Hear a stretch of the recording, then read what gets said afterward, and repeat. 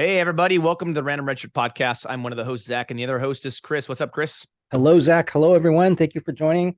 Awesome to be here as always, Zach, as we make our quick catch up on Strange New Worlds for the episodes that we've missed, our kind of our sprint catch up. Yeah, Yeah. yeah, we're sprinting back into real time, I guess, here, right? With catching up on these episodes. Yeah. Yeah. So I see your plant there is your best friend giving you a little Oh, shoulder my shoulder plant. shake. Yeah. The plant is my best friend. Yeah, this bamboo plant. I enjoy the plant. A little bit of greenery in the scene too. So it Yeah, looks there you good. go. The only greenery I have on is my sweatshirt. If Oh, there you go. Yeah. those of you listening, um, but yeah, so welcome to Random Redshirt podcast. We appreciate you tuning in and joining along with us as we do our episode by episode review of season 2. If this is your first time watching or listening to the podcast, thank you. And be sure to check us out on Facebook and Instagram and follow us there for up-to-date information and the latest episode announcements and celebrity guest interviews, which it's going to be a little while, I think, what with the strikes going on. And we talked about that on our last review and hope that all gets settled and that the writers and actors get the compensation that they deserve. Also, if you are watching us on YouTube, not all of our episodes are posted here. You can go back and check out all of our podcast episodes on your favorite podcast platform. And if you're listening to us, there is a video version of this episode on YouTube. If you care to check that out, you're more than welcome to.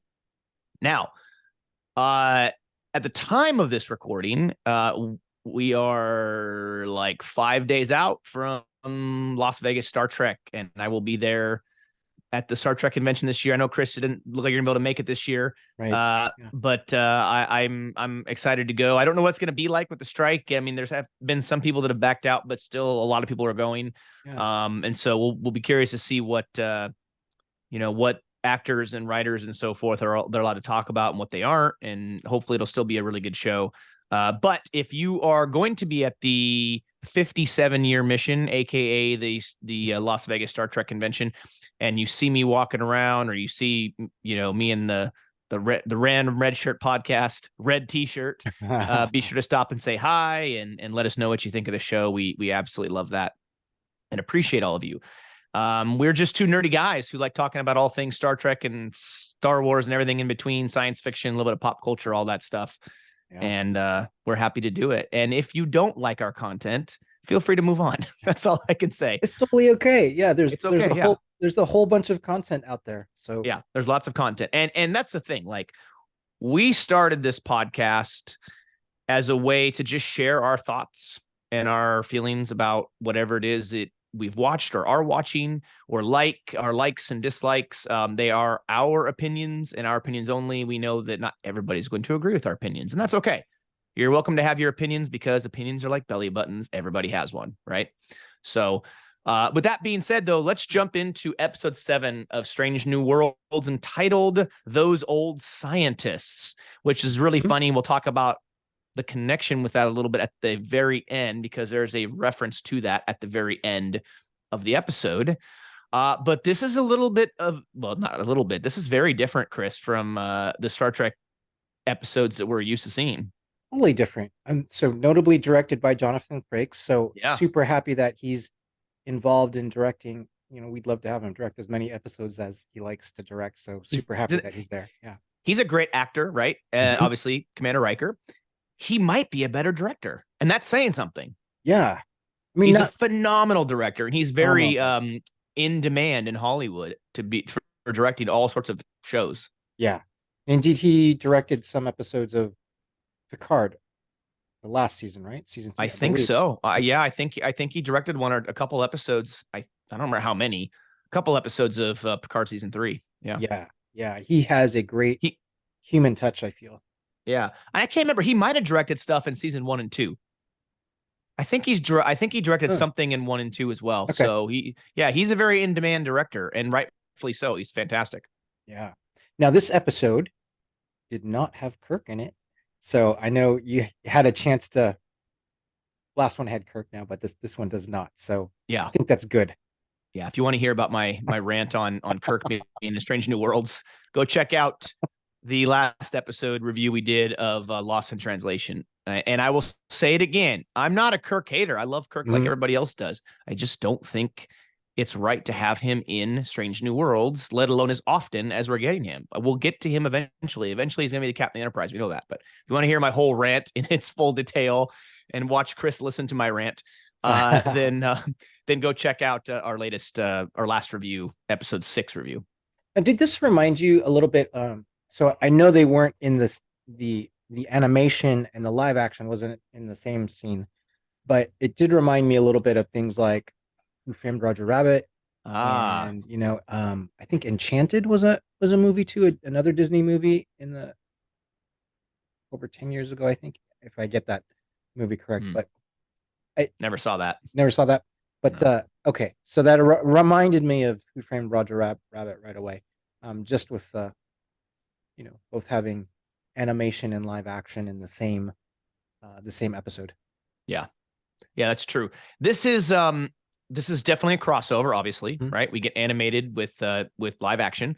The last significant crossover, I would say, and maybe the most popular crossover that I'm aware of. I don't think Star Trek's had too many crossovers. You could consider a crossover with Star Trek Generations a little bit, right? With Kirk going into the Nexus, and everybody thought he died, and then he pops up all of a sudden in the Nexus, and Picard finds him and everything. But I would say the most significant crossover that I can think of in the franchise would have been, what a surprise, Deep Space Nine, Trials and Tribulations. And it's incredibly popular. It's one of the most popular episodes of DS9, and probably one of the most popular episodes in the entire Star Trek franchise. So that's the one where I can think of the biggest crossover. Chris, I don't know if you have any particular episodes that you can remember. Maybe I'm forgetting that were crossover in the franchise. Yeah, and I do not have one that's coming to mind right away. I wanted to say Enterprise maybe had one, but none of the episodes from Enterprise is coming to my mind right now as a crossover episode. And Voyager, I wouldn't say had any, because they were in the whole different quadrant. So the only thing I could think of for crossovers in Star Trek would have been the beginning of DS9 when you got Picard, right, and Sisko there together. But they're the same. Effectively, they're the same era. Those seasons overlapped by a couple. And then also the beginning of Voyager when they're at Deep Space Nine before they jet off. And there's a crossover too, again. But those three shows all kind of span this very similar era of Trek, whereas Strange New Worlds and Lower Decks do not. I learned about Lower Decks in this episode because I had not been watching Lower Decks yet. So this was the first time I had seen anything on Lower Decks. So this was the first time I was aware that, Lower Decks actually takes place in the future from Strange New Worlds. Yeah, the Lower Decks is set approximately, I think that it starts out in the year 2380, 1 year after Star Trek Nemesis. And so it's 100 and, what are we saying, like 100 and almost 60 year, almost 150 some, almost 160 years in the future from where Strange New Worlds takes place. Yeah. So this is the first time, though, in the franchise, as far as I'm aware, where we have blended animation and live action. Again, not on the same screen, like you mentioned, like Who Framed Roger Rabbit, but they have blended two shows into the same thing. They didn't do that with the original series, animated series. The original series, TOS animated. Right. They didn't blend that with live action, obviously. So this is the first time that's happened. So couple firsts here, I would say, within the franchise. Yeah. Innovative. For sure. Innovative. Yeah. Different. Yeah. Absolutely. Yeah. So it's interesting that the show opens up in the animated universe, right? We get an opening view of the USS Cerritos, I think that's how you say it, which is a California class ship in Lower Decks. And we get that opening Lower Decks fashion with Boimler nerding out over, some random thing. And there's Federation history attached, and he's being made fun of for that. I'll be honest, I have only seen like the first 2 episodes of Lower Decks, and every Trek fan that I know, especially my friends who are Trek fans, give me so much grief about it because, like, I can't believe you haven't seen it. It's like the greatest Star Trek show, one of the greatest there is. It's so great. I get that. I just haven't I just haven't watched it yet. I've just had too many other things, and I think I will get to it eventually. I've heard nothing but good things about it. When it first came out, I'll be honest, I wasn't impressed, and it didn't really appeal to me. I don't know if it appealed to you, Chris, when it first came out, or even if it does now, but it was just not really up my alley. But I'm definitely willing to give it a chance. I need to watch at least the first season and then make a decision from there. when it when I knew that it first came out, I mean, I thought, oh, that's interesting, but it didn't really strike me as something I was going out to seek and watch. Yeah, It was more, definitely more of Picard that held my interest, just because that was something I loved, right? That was right. Picard was a character I loved. TNG was something I loved, so that is what I sought out to watch. Strange New Worlds, because it was such a fantastic first season. That was something I sought out to watch too. The Lower Decks, the Prodigy, the Discovery. Discovery, I watched a little bit at the beginning, but then I really like tapered off. But those were ones that no, I didn't. I didn't seek out to watch those. The other ones held my attention more. And so part of maybe what I'm nervous about on Star Trek, and maybe this won't be a problem, but what is oversaturation of Mm-hmm. too many things that are Star Trek, because I, particularly you and I, we only have so much uh time that Yeah, only or so much bandwidth. right that we can go out and seek and watch. So certainly the ones that we want to go out are the ones that we're really interested in. So uh it'll be interesting. I mean, lower decks, it looks piqued my interest in this crossover episode a bit. So we'll see if I get time to come and watch it in my spare time. Yeah, Yeah. yeah. I would like to get to it eventually. I think you made a good point there, Chris. We've talked about this with Star Wars, right? Yeah. And oversaturation and the amount of content they're making it. And I would argue, and I think we've talked about this before, that Star Wars has already gotten to that point, Hmm. right? They Yeah. have flooded the market, quote unquote, with Star Wars shows, thinking, oh, they just want content. Fans just want content. So the more content we make, the happier they will be. And that's just not true, because I think, to me, I'm very, very big on quality over quantity. Yeah. I would rather have good quality stuff than just average stuff, right? A bunch of average stuff. Um, Star Wars did that, I think. Book of Boba Fett had a massive potential, and I thought it was. I mean, you go back and listen to our Yeah. reviews. I don't think we were doing video at that time, but I just was not impressed with that show at all, and I had really high hopes for it because I'm a huge Boba Fett fan. Um, I thought Obi-Wan was decent, but there was certainly a lot more room that they could have done things, and I think there was things they could have done much better. So it wasn't as good as I had hoped for, although better than Book of Boba Fett, and so forth, right? And just as on and Right. on.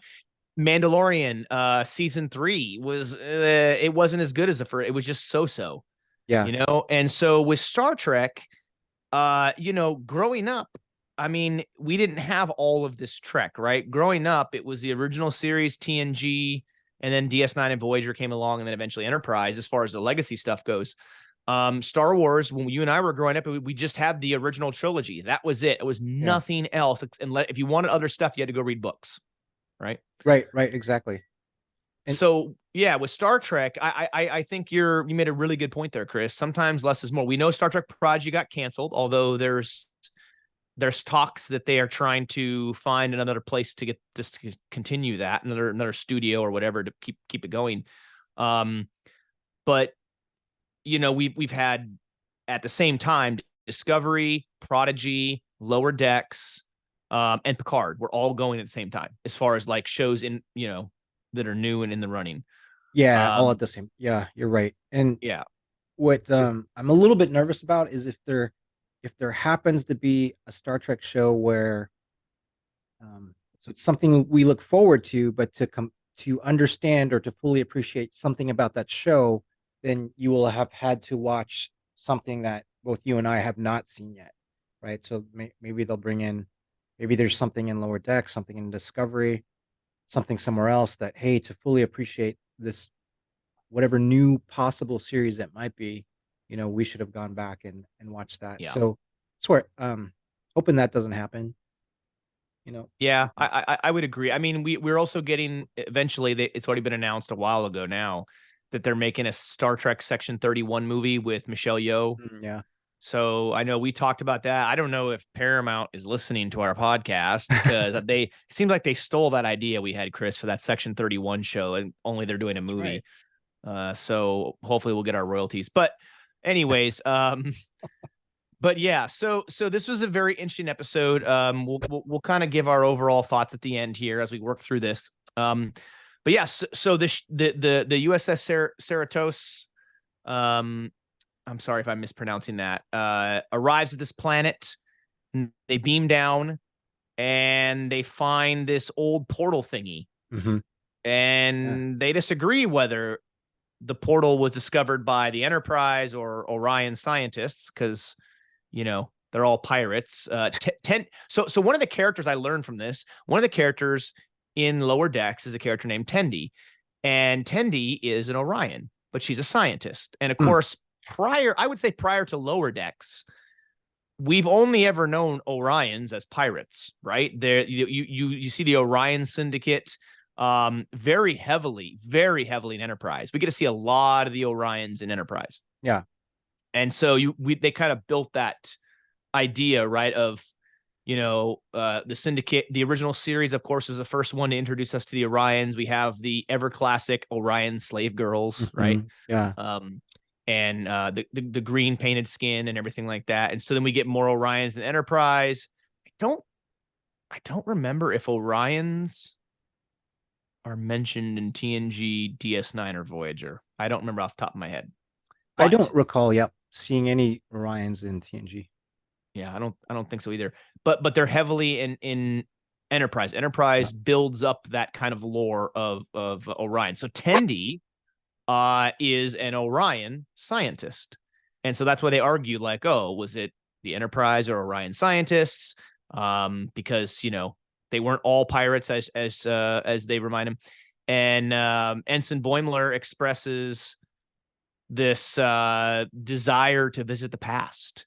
Yeah. And all of a sudden the portal opens up and he gets sucked into the portal and he finds himself transported still on the same planet, but now instead of being animated, now he's live action. And what's cool is the voice actors for Ensign Boimler and the other character, and I'm forgetting her name off the top of my head.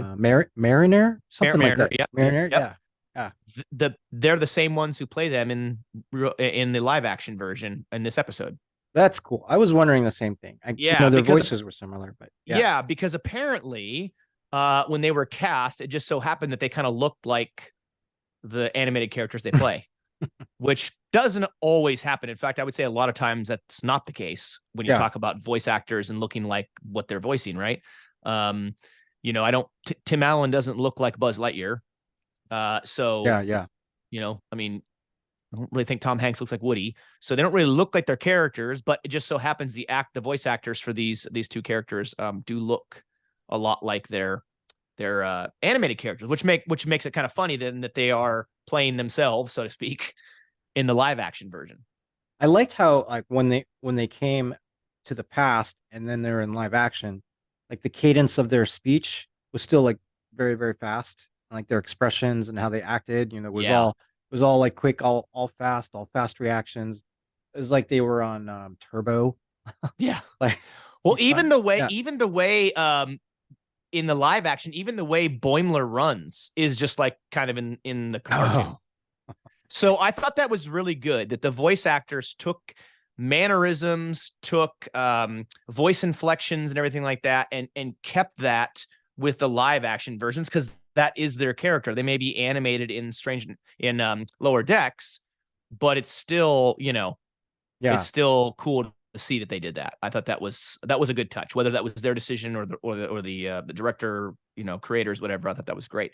But so Boimler falls through the portal and ends up at the feet of people he's looked up to for his whole life, right? Captain Pike's there, Lon's there, and I believe Spock is there. I think those are no, or maybe is it Una, Spock, and Pike?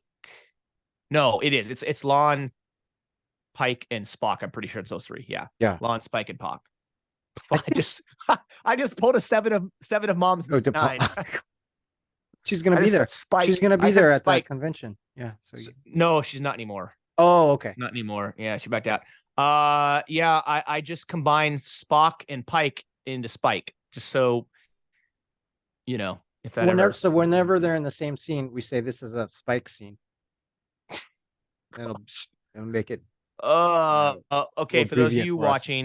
For those of you watching, no friggin' snarky comments about me messing up the name. I am paying attention. Don't worry.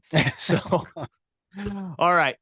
But very interesting because Boimler is traveling from the future, Mhm. and so this is a crossover episode, but it's also a time travel episode.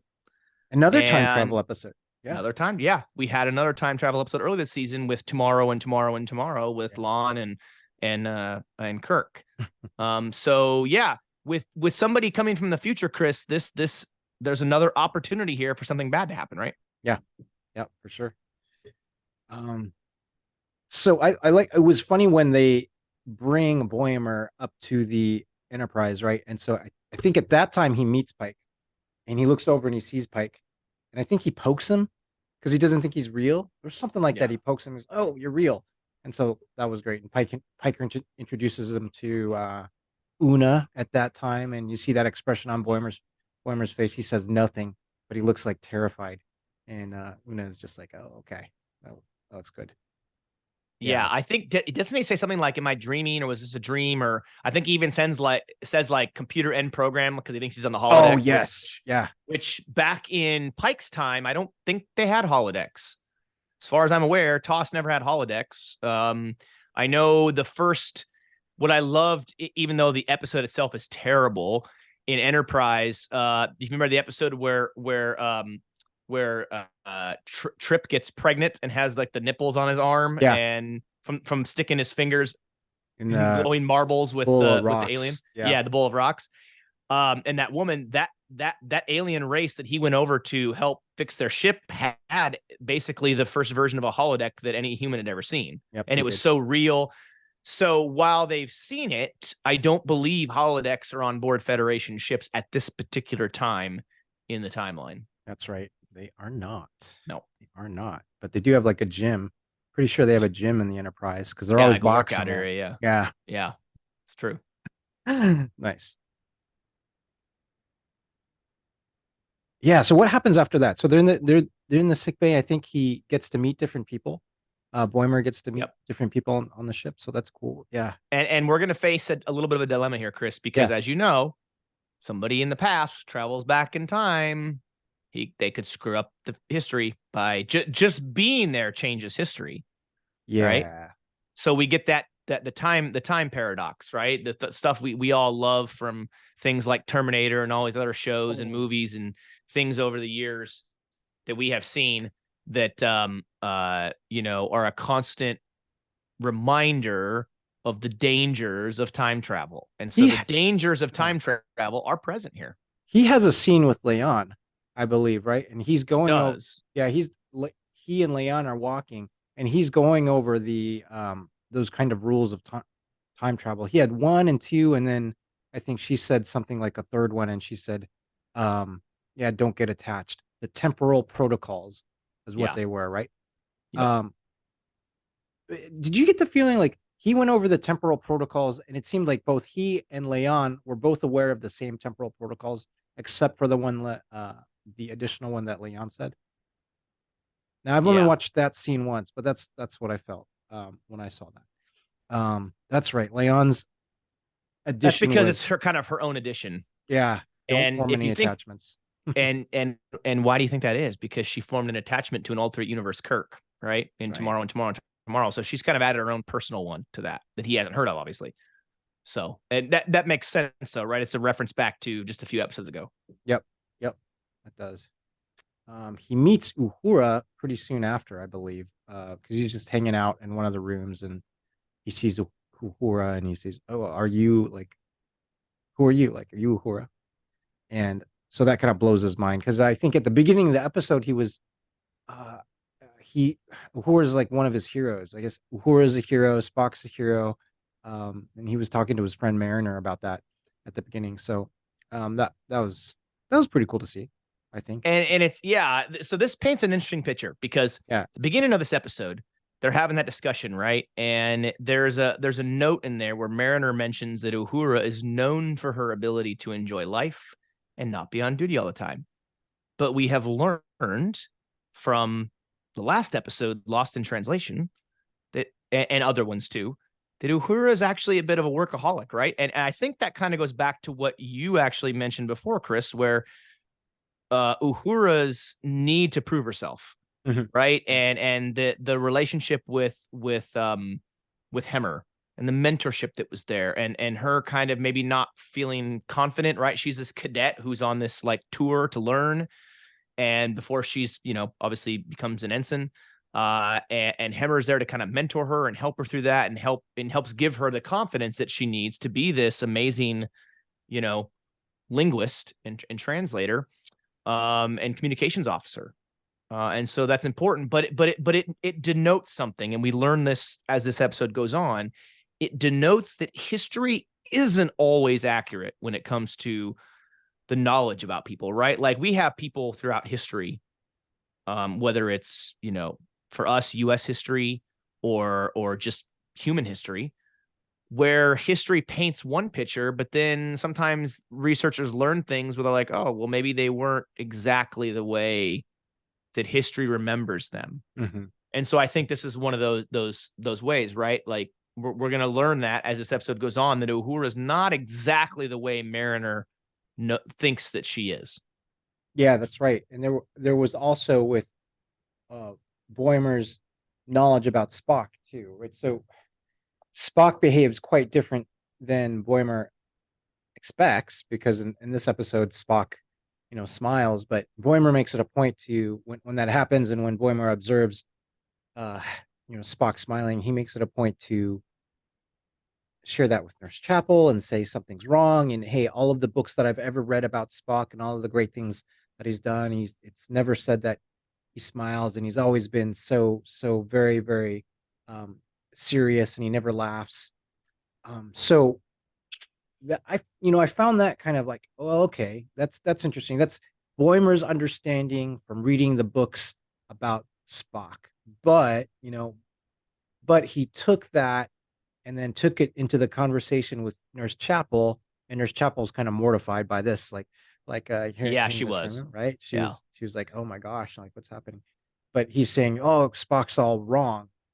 Mm, that was, I know they're doing it for the story, but that's a that is a leap to go from that. Everything I know about Spock is he's so serious and he doesn't laugh, and that's why he does all the great things he does in my time, and so he's wrong.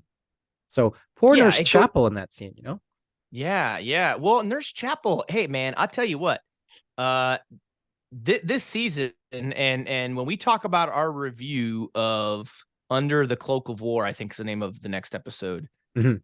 That's out now at the time of this recording. And we'll be reviewing that one here very soon as well, and that'll be out very soon as well. Um, if you include that episode, I'm telling you what, they put your girl through the ringer this season, Wow. emotionally, mentally, physically. I mean, think about all the stuff she's gone through up to this point in this episode, and just wait until the next episode. But I mean, they've really put her through the ringer this season.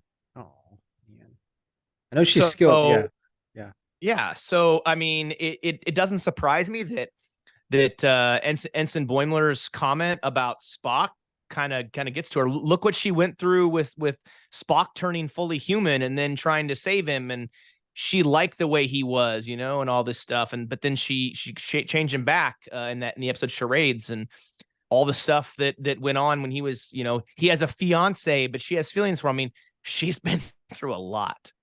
A lot. So it doesn't surprise me that everything she's been through, that the kind of effect this has on her. Yeah, yeah, for sure. So yeah, for sure. So he gets to work. I mean, he gets to work with Spock, his idol, a little bit. So that's good, Yeah. where he gets to learn about them. And um eventually in this episode, and I can't remember quite why, but there is another Orion ship, or there's an Orion ship that shows up Mm-hmm. to orbit the planet and is also interested in the portal. I Yeah. believe. Yeah. Yeah. It And is. yeah. They actually hijack the portal or take the portal. They do. Yep. Well, it's Yeah. interesting that you know, there is this assumption by the Enterprise crew that when Orions show up, they're pirates, Yeah.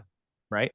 And so Boimler's on the bridge, and he's like, "Well, actually, not all Orions are pirates because." And then they have this one of his friends in the show, right? The character that we had mentioned earlier, that's a part of the crew. That's right. Here's Orion shipmate. Yeah, Orion shipmate. She is an officer in the Federation, in Starfleet, I should say.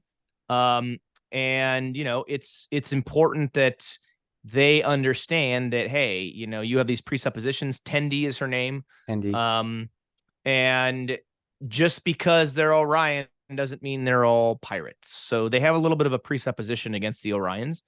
But they've never, I think even Pike even says, like, I've never met an Orion scientist before, or something like that. Like, the only interactions they've had are with pirates. Yeah. So he kind of takes the ensign's, I guess, word for it at that point. Leads to some trouble, but he does take the ensign's word for it at that point. What did you think about the scene where so there's Boimer and he's in 10 forward or he's in the bar, he's relaxing. And then there's Chapel and Ortega's kind of, they sit next to him like really cozy and comfortable, like, and they're asking him about the future. He kind of, he goofs up. They're asking him, inviting him to movie night too, which was, I thought, cute. But he goofs up and he says, "Oh well," he talks about Pike's birthday, and he goes, "Oh well," uh, and they ask him, "How do you know it's Pike's birthday?" And he's like, "Well, in the future, Captain Pike's birthday is a holiday." And he's like, "Oh," Yeah. so I thought it was But, cute. but but think about that, Chris. Put Yeah, put yourself in Ensign Boimler's role. yeah, You travel back in time and you have all this knowledge of what's to come, and everything is just common knowledge because in your era all this has already happened, but in their hmm era it hasn't happened. And, like, for example, imagine traveling. Let's say, so they go back. Ensign Boimler goes back, what, about let's just say, for round numbers. I know it's not exactly right, but for round numbers, let's say he goes back 160 years. Right? I'm yeah, just going to round up. So go back 160 years from now, right? You're looking at what, 2023, 1923. You're looking at what, like the 1860s ish, 1860s, 1870s, just like post Civil War. Imagine how much you know about everything that has happened since then that none of them know about. yeah. I mean, it's unbelievable. So yeah, it would be really hard to just be having a normal conversation, be talking about stuff, going, "Oh, this is common knowledge. Oh, wait, just kidding. It hasn't happened. It hasn't happened yet. They don't know." And yeah, Ortega's comment was cool. Like, "Hey, do you have jetpacks?" And I think Chapel's like, "We already have jetpacks." And Ortega's like, "Well, wouldn't they have smaller jetpacks?" yeah, You're good. yeah. That was And that was funny. she's a war hero, right? Apparently, which makes sense. Yeah, yeah. We learn. I don't know if we knew this before. Maybe we did, but we learned that, yeah, she had played a significant role of some kind in Yeah. the Klingon War. Yeah. Yeah. So yeah, we know she's a war hero. And it's very interesting. Uh, this joke that he makes about Spock and how it affects Chapel. Yeah. Um, and I think what hits her is that she realizes that this telling of who Spock is in his time doesn't involve her. Yeah. And so she thinks, well, I mean, what does that mean for my future with Spock and everything like that? So it's very, very interesting. But also interesting, as we continue on in the episode. Um, Boimler already knows what's going to happen to the other characters. Yeah. We know too, to a certain extent, what's going to happen to them, just because we know what's going to happen later on, as with Kirk as the Enterprise, and obviously Pike already knows what's going to happen to himself based on seeing the future. But that obviously affects the relationship, and you know, I thought Chapel's line to Boimler in the turbo lift was a little bit of heartbreaking, where she mentions you know, or well, Oh, yeah. she assumes that based on what he says, right, that it won't last. What's going on with her and and Spock will not last unless there's some type of change, right, to the Yeah. to future events. And she even says, I never assumed that I would get to influence him forever. Yeah. That was a little bit heartbreaking. I saw that and I immediately thought of you. I was like, oh man, this is heartbreaking a little bit, you know? And you could tell she's fighting back the tears. But at the same time, you know, I mean, it's the whole paradox thing, right? If we could see our future would change because of course we would see things and go, oh, I don't want something like this to happen, so I'm going to do something differently. Yeah. And it's that whole paradox. And so, you know, Doc Brown says no one should know too much about their own future Yeah. or their own destiny. So very interesting. Ooh. But there is some future tech is used by Boimler in order to help the Enterprise track the Orions because they can't normally. And he's like, oh, I know how to do that. But I think he says something like, I could do it if you don't watch. And I thought that was pretty Oh, yeah. funny. So Yeah. they all Because, like, they turn around and face the other right. way. Yeah. Yeah. Who says that? Who says it was either Una or Pike was like, can we do that? He I leans think, over. and I think, yeah, Yeah. go ahead. And they do it. That was Yeah. cute. That was cute. Pike was like, yeah, we're going to go with that or something to that effect. And they look the other way. And um, Boimler's like, you know, you got to find a way to be peaceful and this, that, and the other. And he's like, you know, do what you're known for. It's like diplomacy and empathy and forgiveness and everything and great hair. Just Yeah. And Pike's like completely he doesn't know he's good at diplomacy, but he's like, well, I guess we're gonna find out if I'm really that if diplomacy is one of my strengths. I like Boimer. He was like under the cabinets, like putting together cables, right? So yeah. when he was doing that, so that was good. And they talk about the communicator that Boimer had, I think Mm-hmm. at one point too, um, saying, hey, his um his badge is also a communicator, and so that was cool. Yeah, there was some line in there too about how they're like, yeah, but it doesn't even open up whatever. And I think was it Pike that says like, but flipping it opens the best part. Yeah. So it's like it's a little bit of Strange New Worlds not taking itself too seriously, right? And being Yeah. able to you know kind of poke itself a little bit and make some jokes at its own expense, right? Some self-deprecating jokes, which I think is funny. I think it's well played. I always love Um, that. Yeah.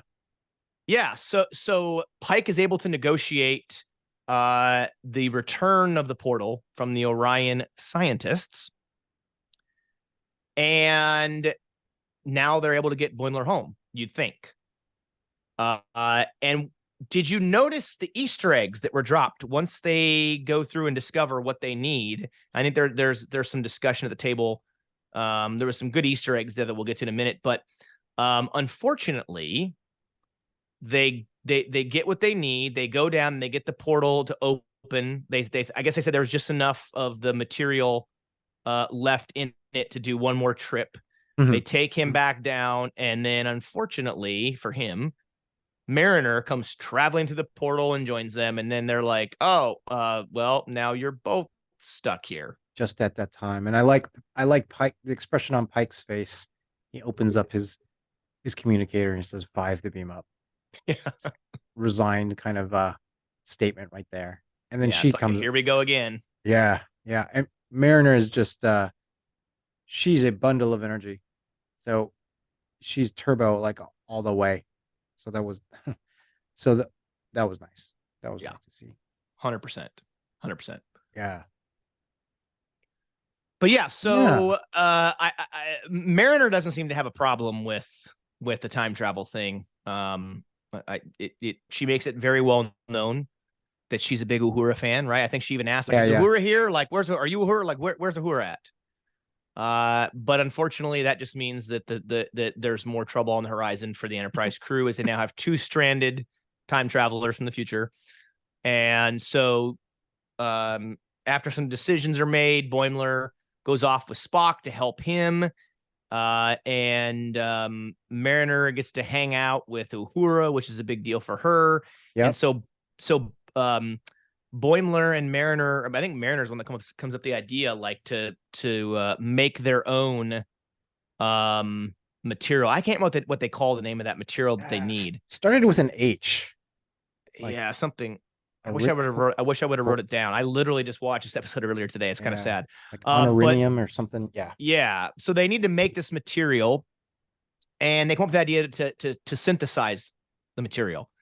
So Boimler goes off with Spock to help make that. Mariner goes and hangs out with Uhura, and Mariner, you can tell it's Mariner's meeting like a hero of hers, right? Yeah. Because she's just fangirling all over Uhura, and Uhura that kind of makes Uhura like, oh, what's going on? Like, how am I? And she's kind of talking about how Uhura is going to be, and Uhura is just getting really stressed out and going, oh my gosh, like, like, how am I supposed to become this great person, and blah blah blah blah, and getting really stressed and everything, and you know, so apparently, as Mariner would suggest, because this is how her character is, I guess, she's like, "Oh, Uhura, let's go take a break. We need to." Yeah. She quotes some Starfleet code about how officers are supposed to take regular food breaks and stuff like that, and she says, "Hey, let's go slack off," basically.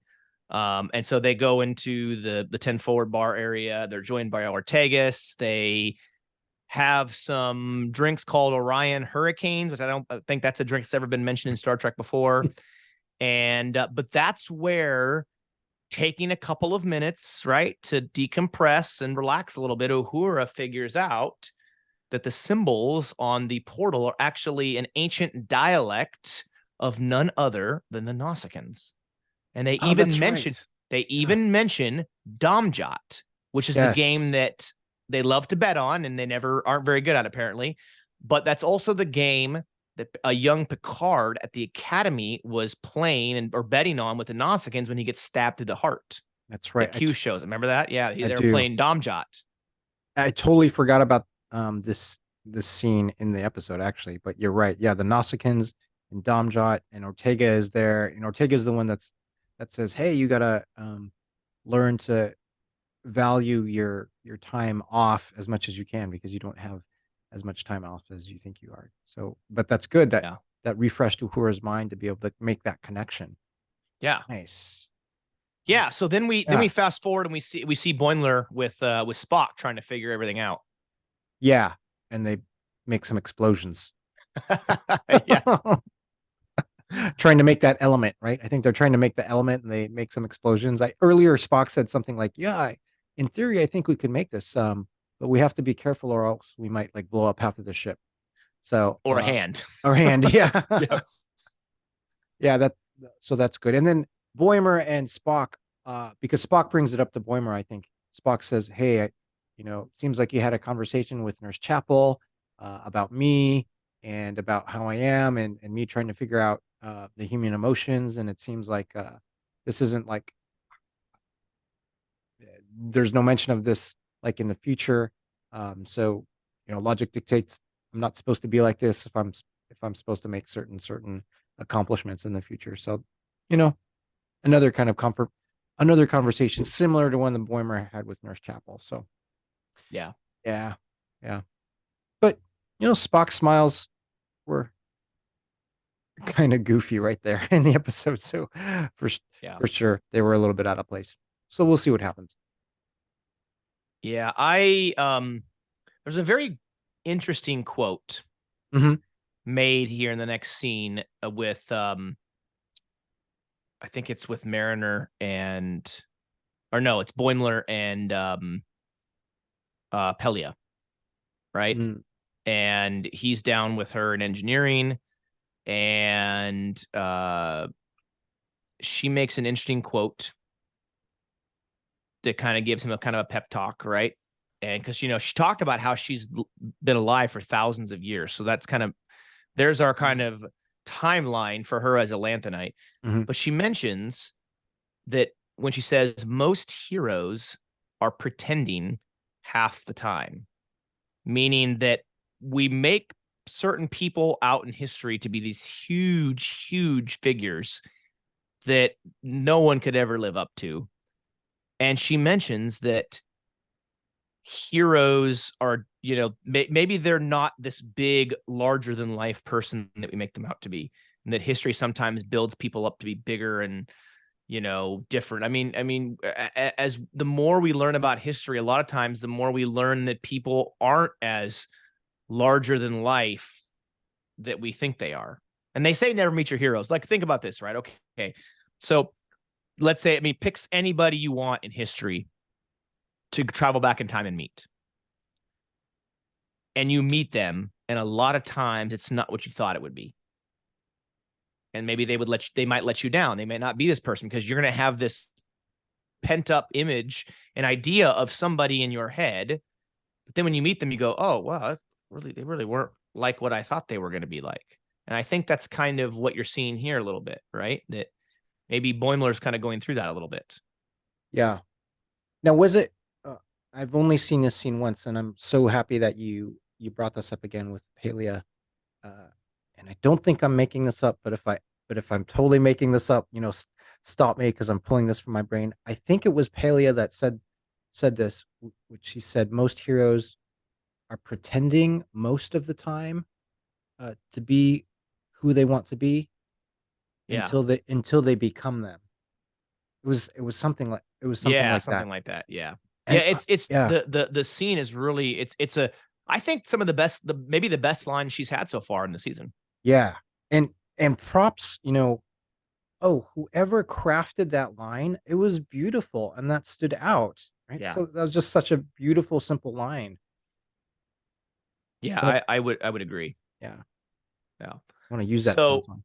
yeah, so Ensign Boimler Mhm. joins Mariner on the shuttle, and because they're gonna try to go steal the shuttle or take the shuttle away and try to go catch up to the Orions and get the grain back that Pike traded. And unfortunately for them, Lon busts them before they can take off, and they go to Pike's quarters. And but it he Pike was angry at first, and then when Ensign Boimler says, or Mariner notes that, oh yeah, Boimler once dressed up for you as on Halloween. How would that make him feel? Well, he already felt like he felt taken with them because it was like, well, they were saying all those positive things about me, and just made me feel like my future wasn't all that bad. So he felt that way. So Yeah, completely and he's understand. not, and Pike's not very happy that Boimler has tried to convince them to throw him a surprise birthday party, because I think Pike mentions he wants to go to, was it Setlik 2? Uh-huh. Moon of Setlik 2 or something like that, and go to this cabin, and I go ice fishing or whatever and be by himself and just kind of reflect. And Boimler's like, well, and so Pike tells this kind of heartbreaking story about his dad. They didn't get along. They fought. In fact, he really hated him at one point. And then Pike's father dies, and he didn't really get to have another conversation with him. And Boimler mentions that, you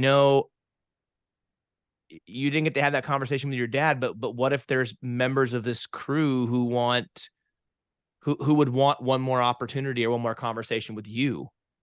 And I think that really changes Pike's, view of things, as opposed to kind of an inward approach. Now he's thinking about those around him a little bit more.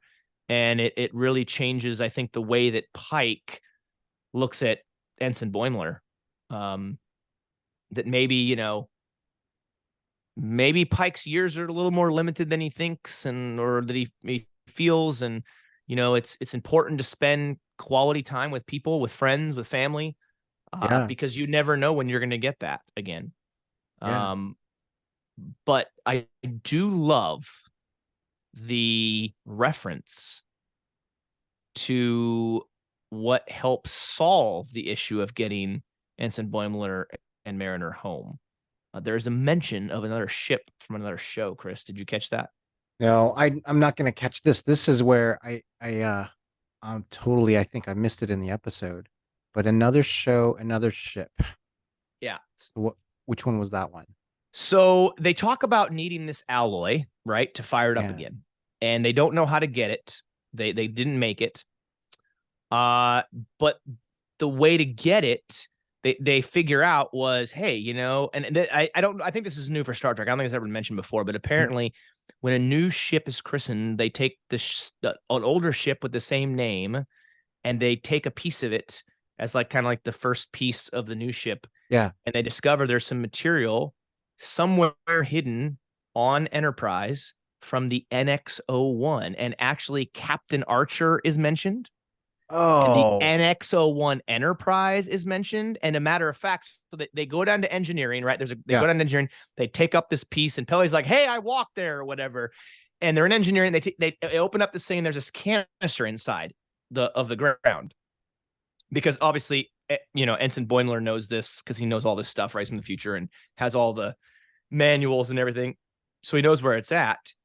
And they start talking about Enterprise characters. So Lieutenant Ortegas mentions about how much she loved uh uh Ensign Mayweather because he flew the ship and he was so good at it and everything. And Oh, yeah, she says like, yeah, I think it was like my high school gymnasium was named after him. And then you have Uhura talking about like geeking out about Ensign Hoshi. And she could speak 86 languages or whatever it was. And she was so awesome and aspire to be like her and everything. And just this, it was such a great well, it wasn't quite an Easter egg. It was pretty obvious what they were talking yeah. about, but it was a great mention, that callback to Enterprise and some of those crew members. I just thought was such a nice touch, because that would have been the Enterprise before this, right? The Yeah. NX-01. So I thought that was really fantastic. Yeah. Excellent. Excellent. Yeah. Yeah. Now that you mentioned that part, I think that remind me of another scene in this episode. Um, Maybe it was a little bit earlier, but Boimer says, "Hey, this is the NCC 1701 dash." He kind of pauses right there, and then Una or someone else, Ortega says, "What do you mean? What's after the dash?" Yeah, So that's that right. was That's good. right. Yeah. He had to catch himself, because by his time period, there would have already been uh, A through E. Yeah. Yeah. So Yeah, that's I thought awesome. that was that. I thought that was good. But so they get the material, they make it into what it needs to be. They take it and they make it into what looks like this little ball or something. They take it back down to the planet. And when they arrive, the Orions are there waiting for them. And then Pike basically says something to the effect, he does his diplomacy empathy thing and says, in exchange for letting us use the portal, we will tell everybody that it was first discovered by Orion Right. scientists. And Yes. the leader of those Orions, he's like, that's all I've ever wanted or whatever. And so that changes history a little bit. And so because of that, they're able to use the portal, and then Mariner and Boimler are able to get back to their animated version of the future. Yeah. But then we get at the end, I thought it was great. By the way, the opening credits were also for this episode were also animated versus the Yes. normal way, which was Yes. interesting. But then at the very end, we get all of the Strange New Worlds cast all animated, Yeah. which was kind of a fun little thing they did. And then they're drinking those Orion Hurricanes again, and one of them says, well, they're like, does anybody feel different? Like Ortegas is like, do my eyes look huge? And Spock's like, Yeah. my arm doesn't normally do this thing, and it's like all this like wavy stuff, and that was really funny. And then I love the very last line where Doctor Mbenga says, "What the hell is this or in this or whatever?" And yeah, it was good. So That was a as cute a ending. Yeah. yeah, as a whole, I would say the episode was fun. It was definitely lighthearted. It was fun. It had some good moments though. I would say the moment with Pelia and Boimler was good. The kind of a little bit of a heartbreaking moment with Chapel and Boimler in the turbo lift.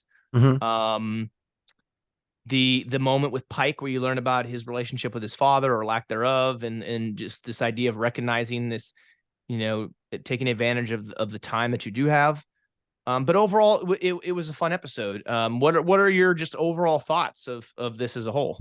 I do think it was innovative. It was fun. It had a lot of those, under the surface meanings of enjoying the present, and being thankful for those around you, and then also acknowledging the people that are around you, and knowing that, hey, they appreciate you being here, right? And so there's a lot of that.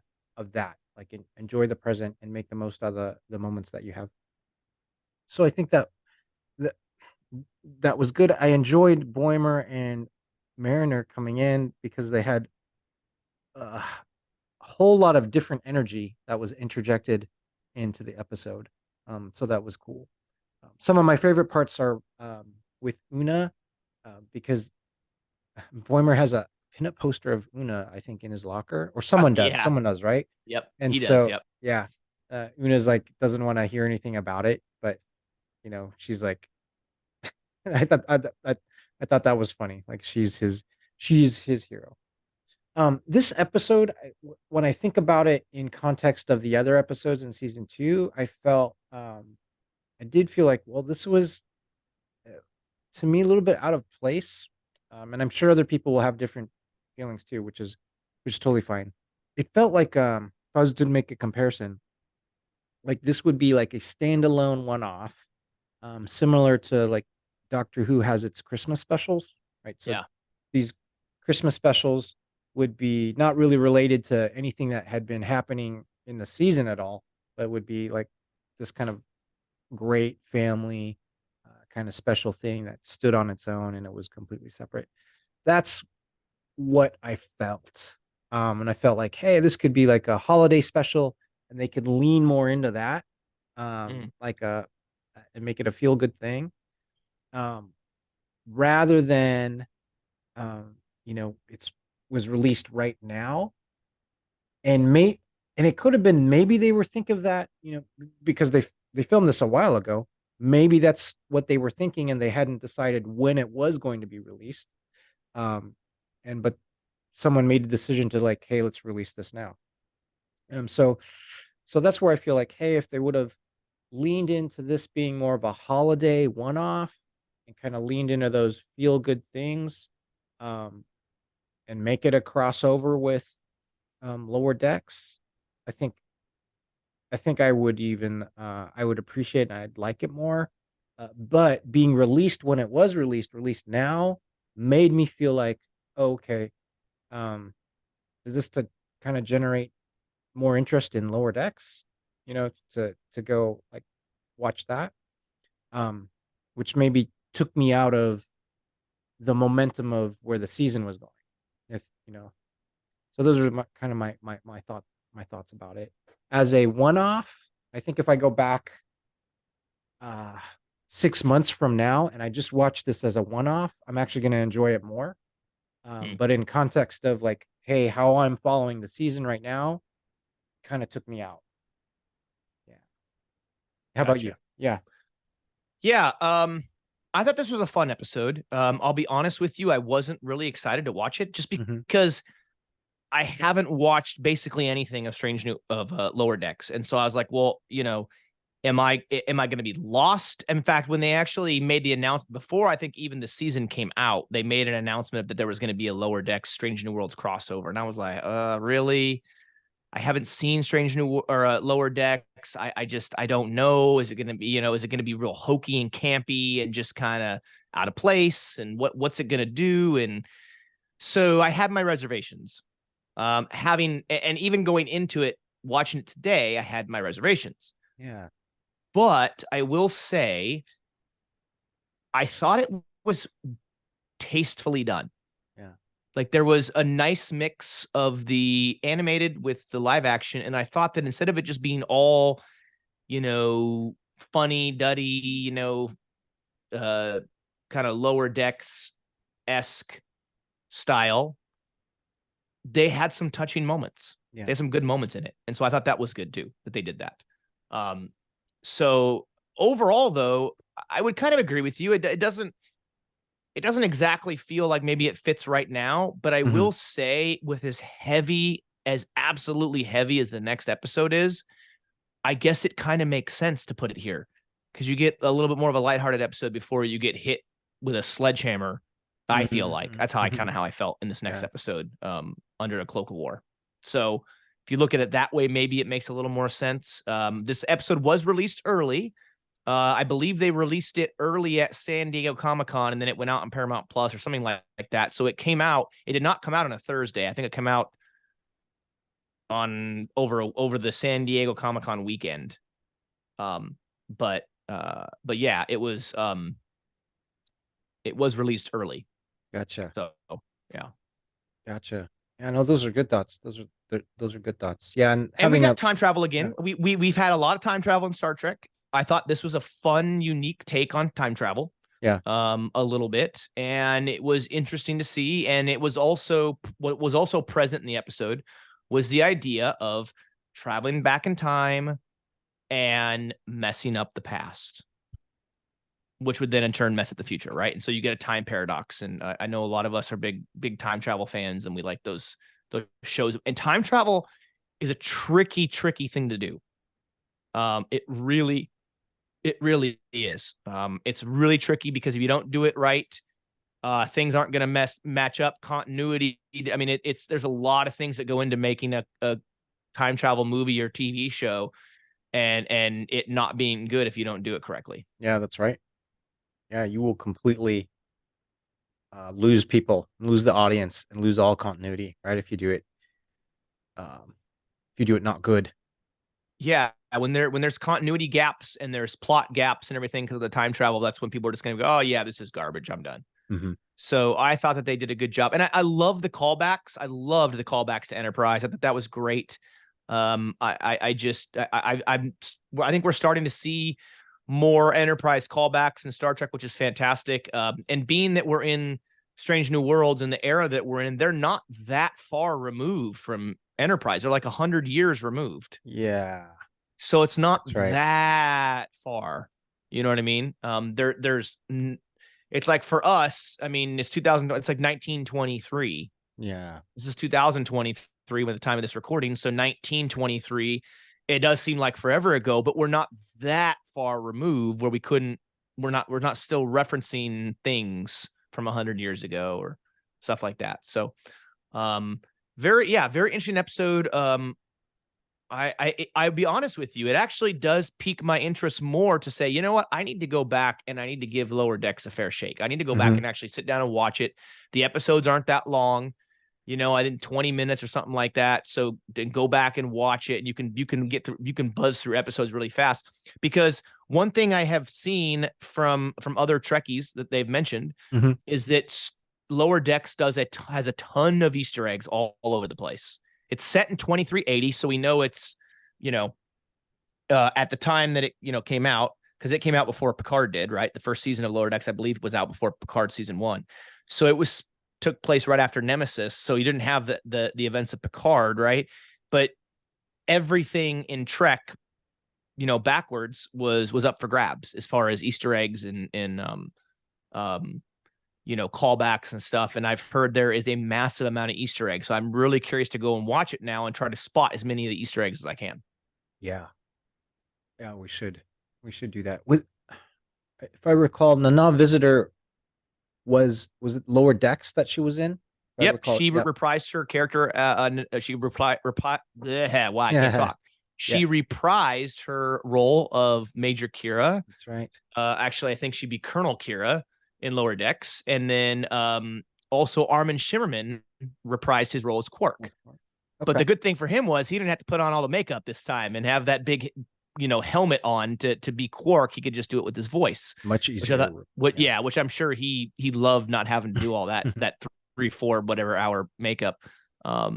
So there's a lot of callbacks. There's quite a few Star Trek actors who appear in Lower Decks either as other characters or as their own characters in animated form. Okay. So definitely something we'll have to go and watch. I've definitely piqued my interest some more to say, yeah, I know I need to see Lower Decks, and this is a good excuse to maybe jump into it. And I think once Strange New Worlds ends and we're done with our episode by episode review, to give me an opportunity to go jump through it and kind of binge it.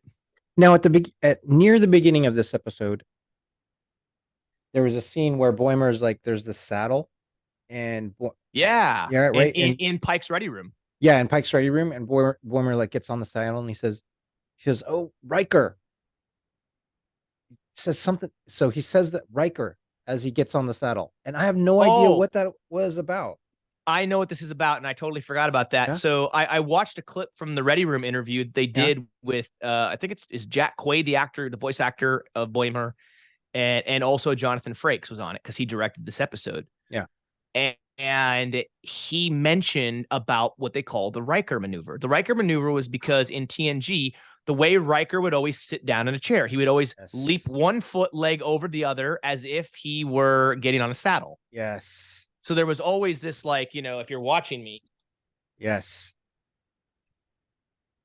the Riker maneuver where he's going to sit down.